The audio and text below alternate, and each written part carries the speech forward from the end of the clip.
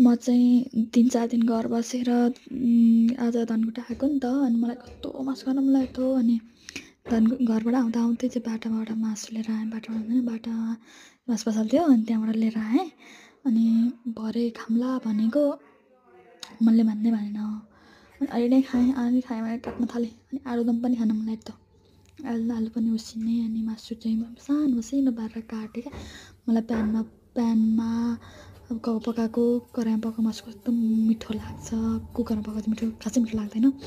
अनि मजाले भुटेँ अनि त आलु रेडी भएछ। अनि आलुहरू पनि तासेँ सबै थोक तासेर अनि त मासु रातो हुन्जेलसम्म चाहिँ भुट्नुपर्छ नि त। अनि यता त्यो मासुलाई चाहिँ यस्तो ग्रेभी पार्नको लागि प्याज टमाटर सबै काटेँ। अनि त्यसमा चाहिँ मसला जिरा धनियाँ सब्जी मसला के अरे मटन मसला सबै अनि सोया सस पनि हाल्दै। सोया ससले कस्तो मिठो बनाउँछ मासु। अनि त्यो पनि हालेँ अनि त्यो चलाएँ त्यो मसला पाक्न छोडिदिनुपर्छ। नभए कस्तो गनाउँछ अलिअलि गनाउँछ क्या नमिठो हुन्छ। अनि त्यहाँ हाल्नलाई अब लसुन र अदुवा पनि कोरेसम्म अनि त्यो पनि हाल्दै। अनि त्यसलाई नि पाक्न छोडिदिनुपर्छ क्या।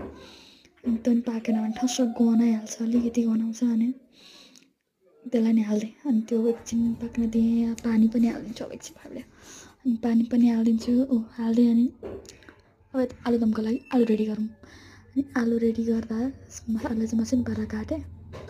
अनि त्यो भएको फोरहरू थियो नि त त्यो फोरहरू पनि फाल्नु पऱ्यो।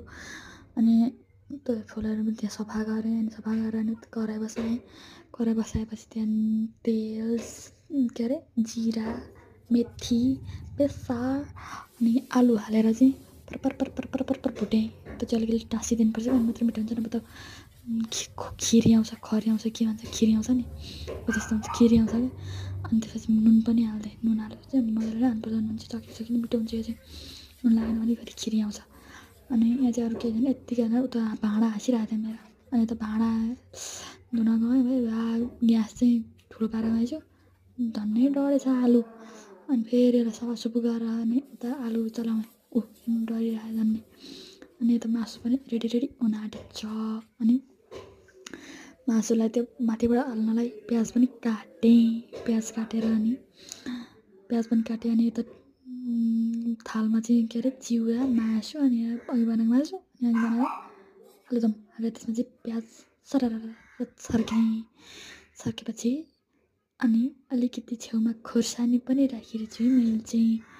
अनि अब कति मिठो छ थ्याङ्क यू।